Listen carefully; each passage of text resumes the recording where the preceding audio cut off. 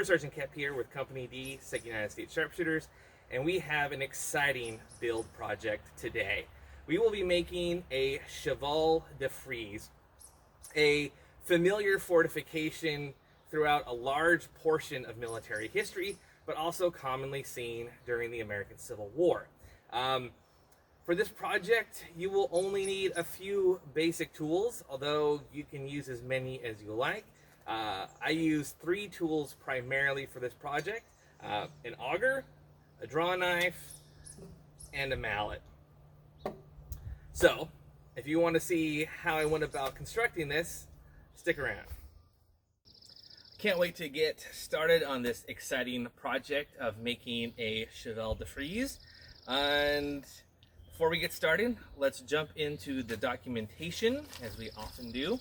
So my source material for this project comes from the 1861 issue of A Treatise on Field Fortification, containing instructions on the methods of laying out, constructing, defending, and attacking entrenchments by D.H. Mahan. You can find this book for free on Google Books if you would like to follow along. And on page 47, we find under the Cheval de Frise that a Cheval de Frise consists of a horizontal piece of scantling of a square or hexagonal form, termed the body, about 9 feet long, which is perforated by holes 2 inches in diameter and 5 inches apart. Round staffs, 10 feet long and 2 inches in diameter, termed lances, shod with iron points and inserted into the body so as to project equally from it. At one end of the body, a ring and chain are attached. At the other, a hook and chain, for the purpose of attaching several together, forming a Cheval de Frise. So there we have the plural. The square is the best form for the body. It requires only 5-inch scantling, whereas the hexagon will require 12-inch timber. The Cheval de Frise is not much in use as an obstacle, owing to the difficulty of making it. It is a good defense against cavalry, and on rock may supply the place of palisades, but even here an abatis would be more effective and generally more readily formed. So if you flip ahead to plate 29 and 30, you'll see some images of a finished Cheval de Frise. I think it's pretty clear that the author is referring to construction for a more permanent fortification. As you review original photographs from the Civil War, you'll see almost all of the Cheval de Frise are made from timber, typically with the bark left on, and I feel like that has more to do with sort of urgency and practicality. But for this project, since this is my first one, I'm going to be removing the bark to help me with layout a little bit more until I start getting the hang of this. So for our first one, we are using I'm using a maple log, 8 to 9 inches in diameter, just because I thought it was a fairly decent size and it was readily available for me. I cut mine to 8 feet in length so that it would fit into my trailer. So if transportation is going to be an issue for you, if you want to take this to events or set it up somewhere, you may need to think about your build parameters to make sure that you can move it around.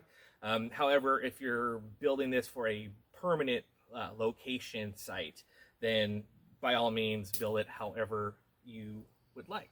So the first thing I need to do is remove the bark. Now, you don't need a whole lot of tools for this project. Primarily, you're going to be using a draw knife, which you can pick up at any flea market, antique store, eBay. They're fantastic tools to have.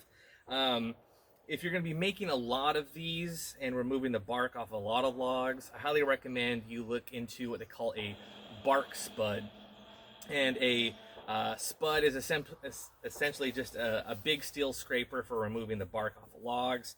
They're very handy, and they allow you to be more upright rather than just having to be so close to the log. I got my workpiece on some sawhorses, so I'm going to get to taking this bark off.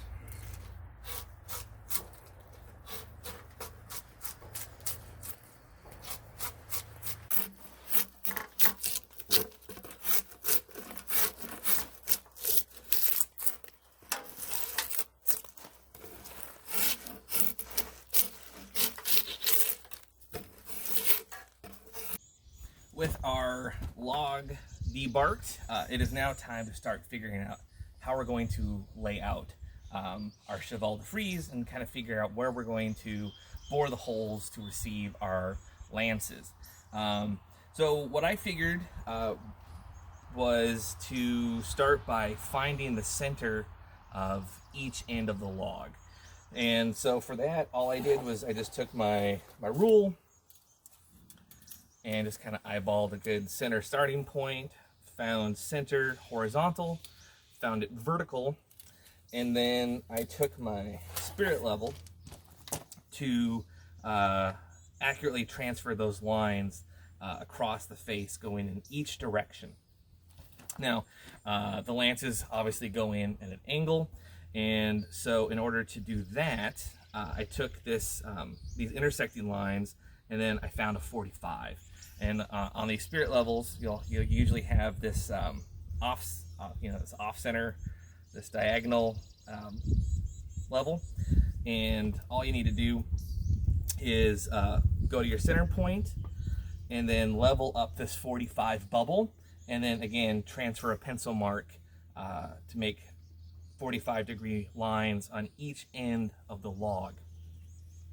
Now we have to transfer these layout lines across the length of the log, and so to do that, I took my pocket knife and I made a few notches on the center ends of my lines here, and then on the far end I hammered a nail into the center point, and then I used a chalk line to snap a line across the front and the back of the log. And this line here is the basis of where I'm going to place the holes for the lances. Now with these lines, I just went back, and since the lances are supposed to be 5 inches apart, I just started on one side, and I came in 5 inches from the end, and then marked, and then made another mark every 10 inches.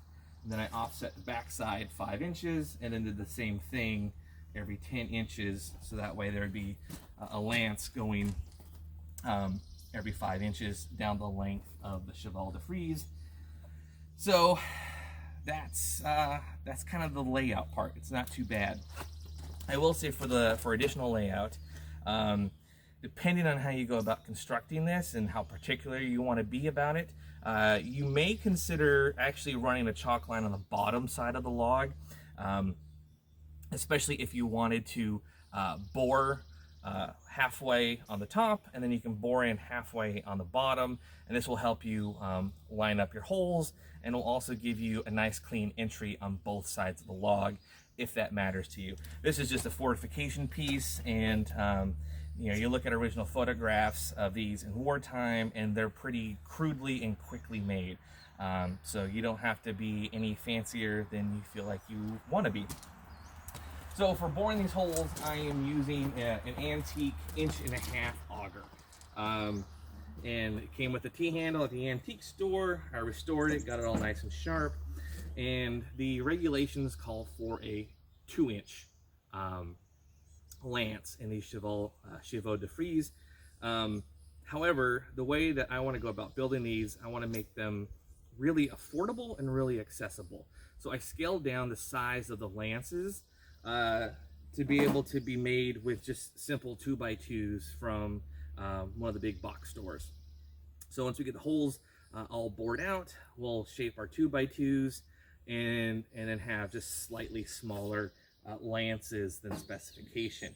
I also feel like during wartime, they would have made the lances to accommodate whichever size auger was available to them at that time, or whatever was available to the engineers. You can get 2-inch augers at antique stores, flea markets, eBay, stuff like that. They are a little bit harder to find because they're so large, but that is totally doable.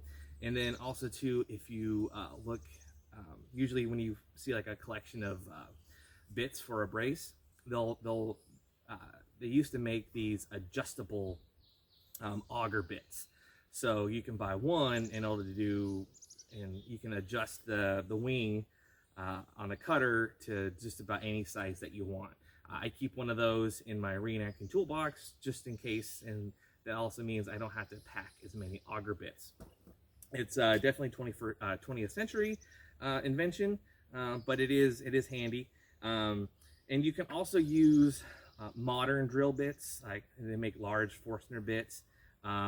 They can be pretty expensive, and depending on the size of the beam, you may need to get an extension, or again, lay out your lines and bore through both directions in case your bit isn't long enough to bore through the entire log in a single pass.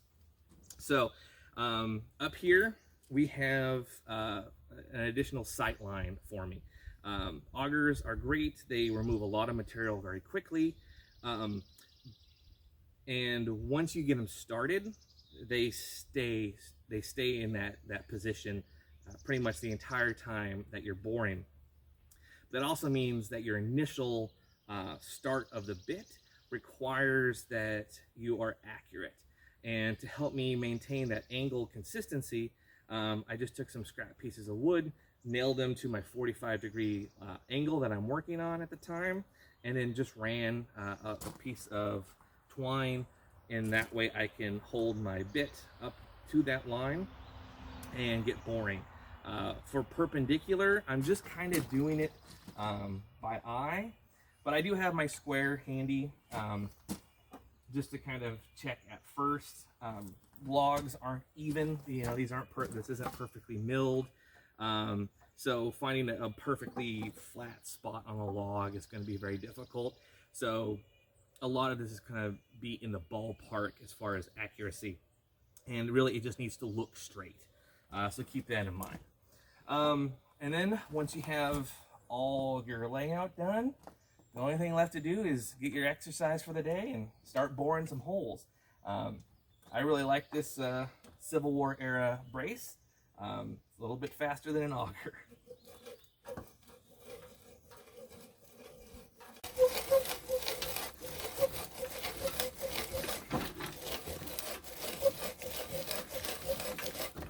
Once you get your workout for the day, boring all your holes in either your log or your scantling, it's time to start making the lances.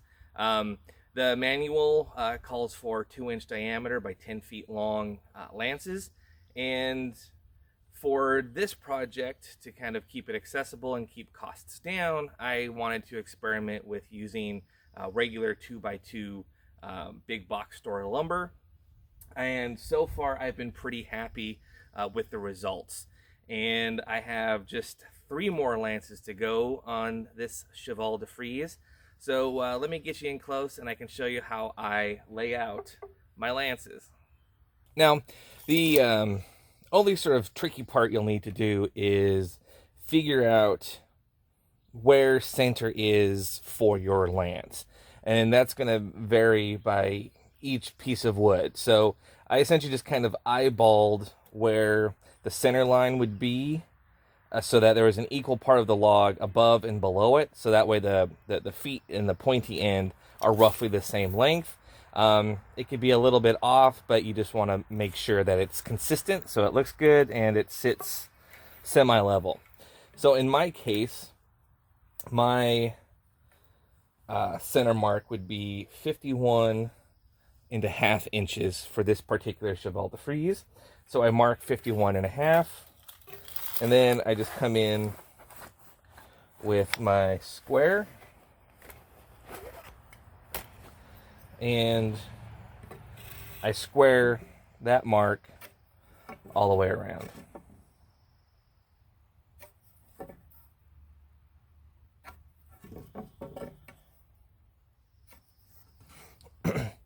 Now, on the pointy end,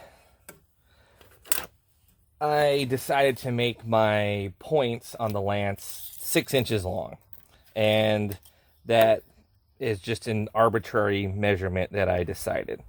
So to make them consistent, I'll make a mark at 6 inches, and then I'll square this line all the way around. And this is a good project because you don't need to be exact. In fact, if it's a little bit sloppy, it just looks more field made, which is kind of what I'm going for. So I'm not spending a whole lot of time turning this into something fancy. Now, on these ends, I go ahead and find center really quick by, using my 45 bevel on my square. And what this does is, as I come in and shave down my point, I can watch for evenness and that my point is staying roughly center. It's an unnecessary step, but it does help the point stay semi-consistent. And then what I do to help round the top point of the lance is I first need to lay out an octagon. And for that, I use my marking gauge. And we did a video on how to make octagonal tent poles, and that will help show you how to lay out a 2x2, for example, in order to cut an octagon.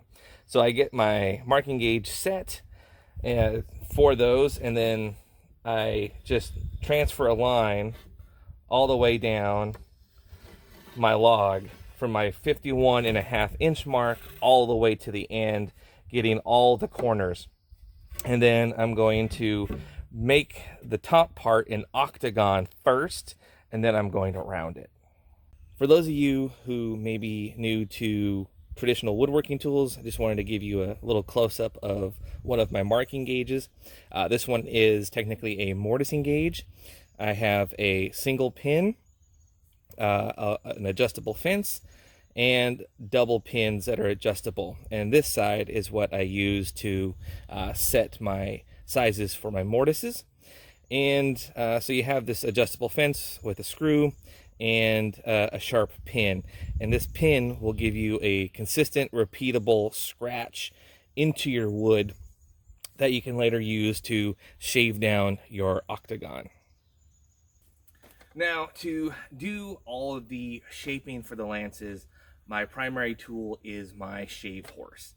This is based on a Roy Underhill design, which is also, I believe, inspired from a German style of shave horse. And a shave horse is just a foot-operated vise. I have a lever that controls this headstock, which will lock my piece into place. To do the bulk of the shaving, I use one of my draw knives and just use it bevel down and start slow, making light cuts until you can kind of understand what the grain wants to do, so that way you don't pull out these huge splinters and you ruin your piece. So I can see already right about here that the grain may want to dive a little bit, so I'll just kind of investigate a little bit more. So yeah, I'm getting this tear out right here. I just got to be mindful of that, and you just go a little bit slower. And what I'm doing is I'm connecting my two scratch marks down to my mark at the other end. Then when I'm all done shaving the corners off, I'll go in with a spoke shave to clean it up. Now, you don't need to do this step. You can use just a spoke shave for the whole a draw knife for the whole project. But a spoke shave is really going to help you dial it in. And it's even nicer if you can get a spoke shave with a curved blade. And this will really help you get a nice even roundness for your piece. And this is sort of my final step. Now, you're going to want to drill a hole in a block of wood, a piece of scrap, the same size that you use in boring your log. And this is going to just kind of help you test your piece before you take it to the Cheval de Frise. And that way, if your lance fits nicely through the hole, then you're good to go, and you can move on to start making the next lance. This is a nice little testing tool. So now all I gotta do is get to shaving.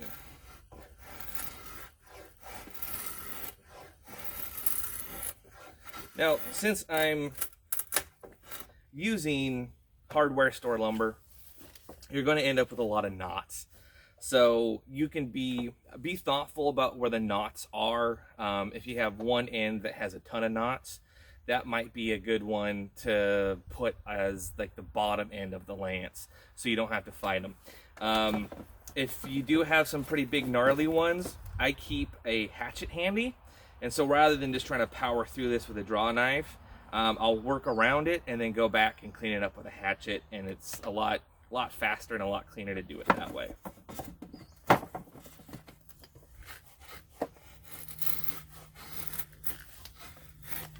For those of you out there who may be new to using a draw knife, I just wanted to go over a little tip real quick. So you usually use your draw knife bevel down, and then hands on both handles, and then you pull towards you. Well, this works great as long as the grain is going in the same direction as you're pulling. But what do you do when the grain changes direction, as it often does? Well, all you have to do is turn your draw knife around and push away from you. And sometimes, you know, you might have grain going the opposite direction, the whole length of a side of this lance.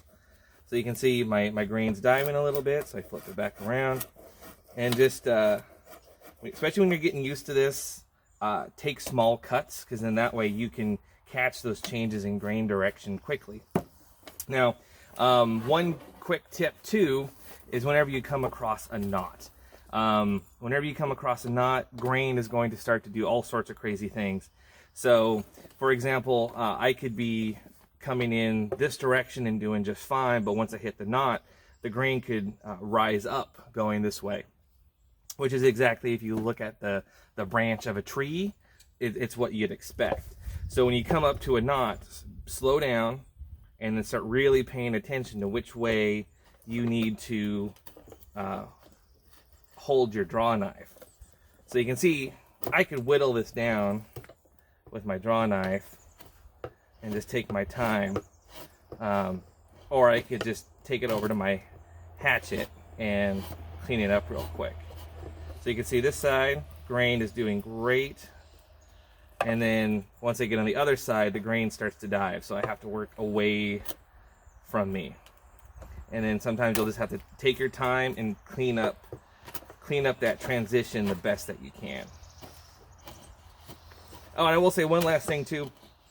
If you don't have a shave horse, you could just hold your piece in a bench vise of some sort. You might just want to make sure that you have some sort of soft jaws, so you don't have all these vice prints down your workpiece. And then you can also, like I just did, I suppose I should mention that, you can also skew your draw knife to get more of a skewed cut.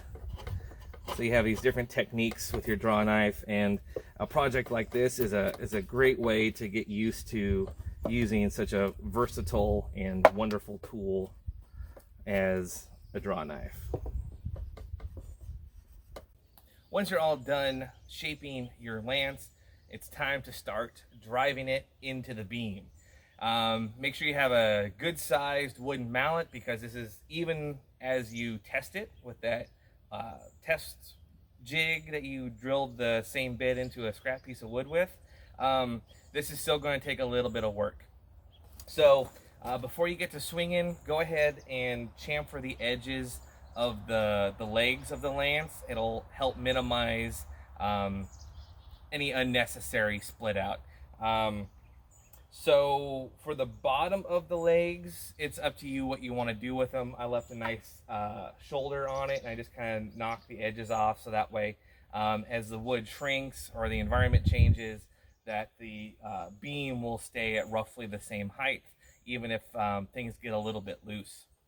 So like I said, you'll need a good wooden mallet, and this is where you get some exercise, because this is a lot of lance to be driving into a beam.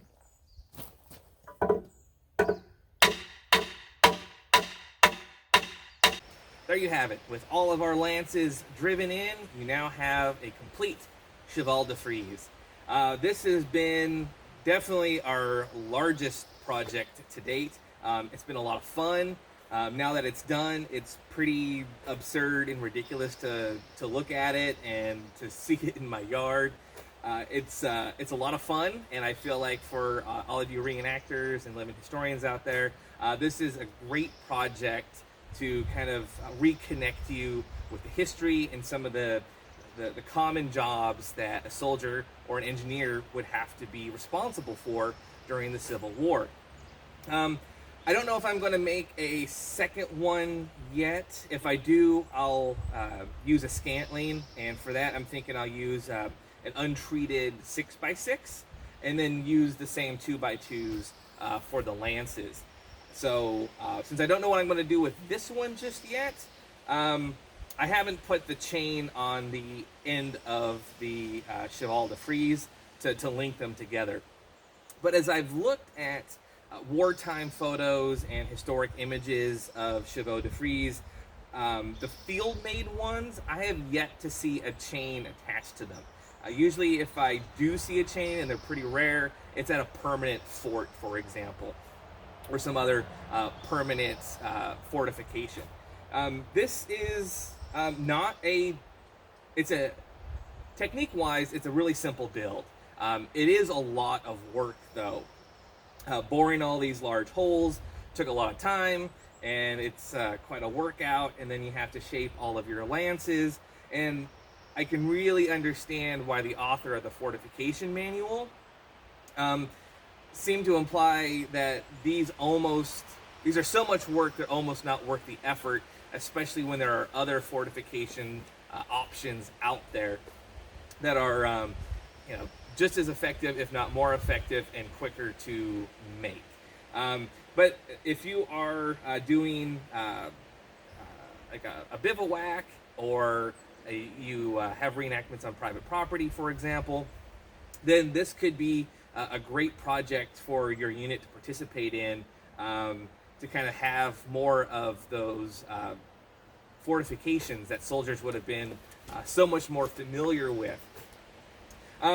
What you do after everything's assembled is kind of up to you.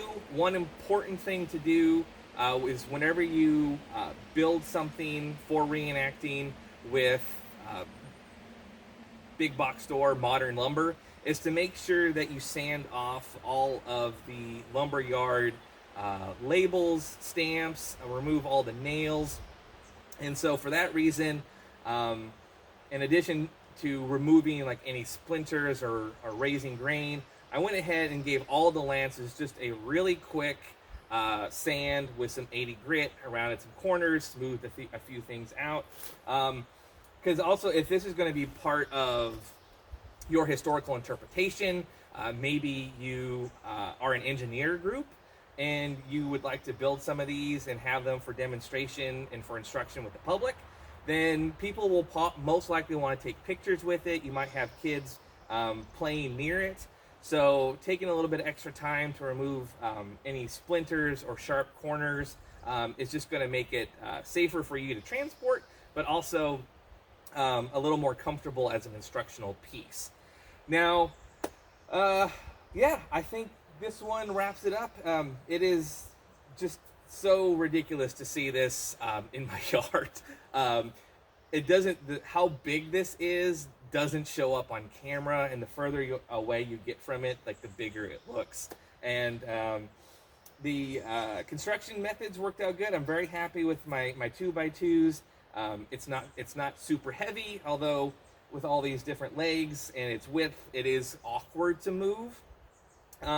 But the stability of it's pretty good. I can walk on it, sit on it, and it holds up just fine. One other thing that you may wonder about is leveling the legs. This is going to be outside, all the time, and the ground is always going to be unlevel. Well, almost always be unlevel. So I don't think it's really necessary, and I doubt they worried about that during the war. They just wanted to make sure that it would keep people out of wherever they were defending. So, but if you were going to have this as, say, like a really cool lawn ornament, or part of a permanent educational installation, then you can easily level up all the feet so it sits level and be a little more stable on wherever you decide to rest this thing. Thank you so much for sticking along on this really fun build.